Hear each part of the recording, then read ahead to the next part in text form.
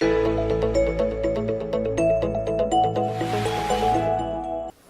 Rav Lichtenstein's Friday night sichot, as you all remember, were legendary, but not all legends were created equal. And there are certain sichot that carried greater memory and endured in our own memories more than some others. And possibly one of the more memorable ones was the sichah Rav Lichtenstein would always deliver Parshas VaYakhel, Pekudei. Parshas Truma Tetzaveh seem very picayune for those who don't have a mathematical mind or an engineering interest. And we ask ourselves, the Torah doesn't mince its words, doesn't waste words. There's a great economy of text in the Torah. So much verbiage is wasted on dimensions, materials, forms of manufacture. These obviously took place, but why does the Torah record it? Okay, it's a very gallant, important project, so you'd expect the Torah to celebrate the majesty by dedicating Parshas Teruma and Tetzaveh to the construction of the Mishkan and the weaving of the Big Tekuna respectively. But Nachamol, another time, Parshas VaYakhel Pekudei, and we need a second run through those same, excuse me for saying it, boring, seemingly difficult, very, very unyielding texts about materials and craftsmanship, which for us seems very, very antiquated.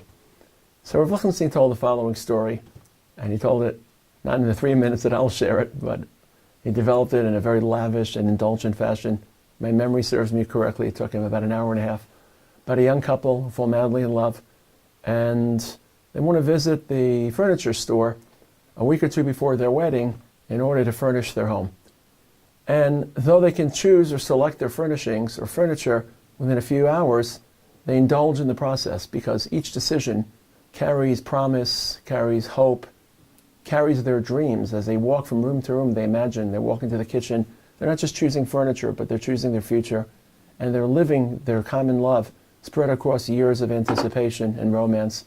So they think carefully about the kitchen table, imagining their children sitting around the kitchen table. When they go to the living room, they imagine hosting people, the dining room, the Shabbos table. And each decision is a labor of love and an indulgent one, and it takes a while. And then they reach the bedroom, and their expectations climax, the area they'll spend so much private time. Think carefully about each color, each texture, each accoutrement, each subsidiary, each accessory. The great day comes, all the furniture is about to be delivered. It's about to be delivered the day after the wedding. And all of a sudden, horror of horrors, the bride betrayed her husband's trust. She violated their commitment of marriage. And the night before the wedding, she committed adultery. And of course, shock, horror, and grief beset the entire community. Chassan runs out in mortification, anger, disappointment, grief. The Kala is too embarrassed to show her face in public. And of course, they call the furniture store and they cancel the order. Months and months pass, and there's no communication between the two parties. All forms of communication and trust have been burnt, have been disrupted.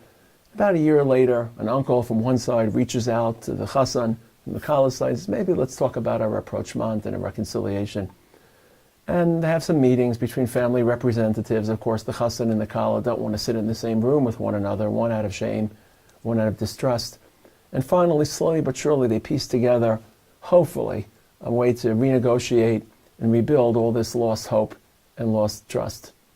And after many, many days and weeks of conversations and communications, they finally agree to meet one another. And at some point, the Chassan and the Kala resume their lost romance and decide to once again reschedule the marriage. And about a week before that second chuppah takes place, they realize they have to furnish their home. So they return to the furniture store. And at this point, they don't really have the appetite to indulge because every decision is filled with distrust and hurt, insult, disbelief. So they just take floor models. We'll take this, we'll take that. Whatever you have available, we'll take. It's very quick, it's very efficient, but it certainly doesn't represent the lavishness of the prior trip to the furniture store. And Parshas VaYakhel Pekudei is that return to the furniture store. The Jewish people betrayed HaKadosh Baruch Hu at Har Sinai. Aluva kala, mezana tachas baila, tachas chupasa. What a disgraceful bride we were that we defied and betrayed HaKadosh Baruch Hu weeks after the chuppah during the Cheder Egel. Ansha melech b'mesibo in Shir Hashirim, the king was still celebrating. Nir dinas on recho, we emitted a foul smell with our dishonor. And finally, after Moshe Rabbeinu importunes and davens ferociously on behalf of Jewish rescue, Kadosh Baruch Hu decides to restart the process of delivering his Mishkan and building his home and furnishing his home. And you would think that it should be very short shrift and very, very quick and expedient. But Hashem teaches us a lesson. At a human level, we have the generosity of spirit to forgive one another for our hurts and insults.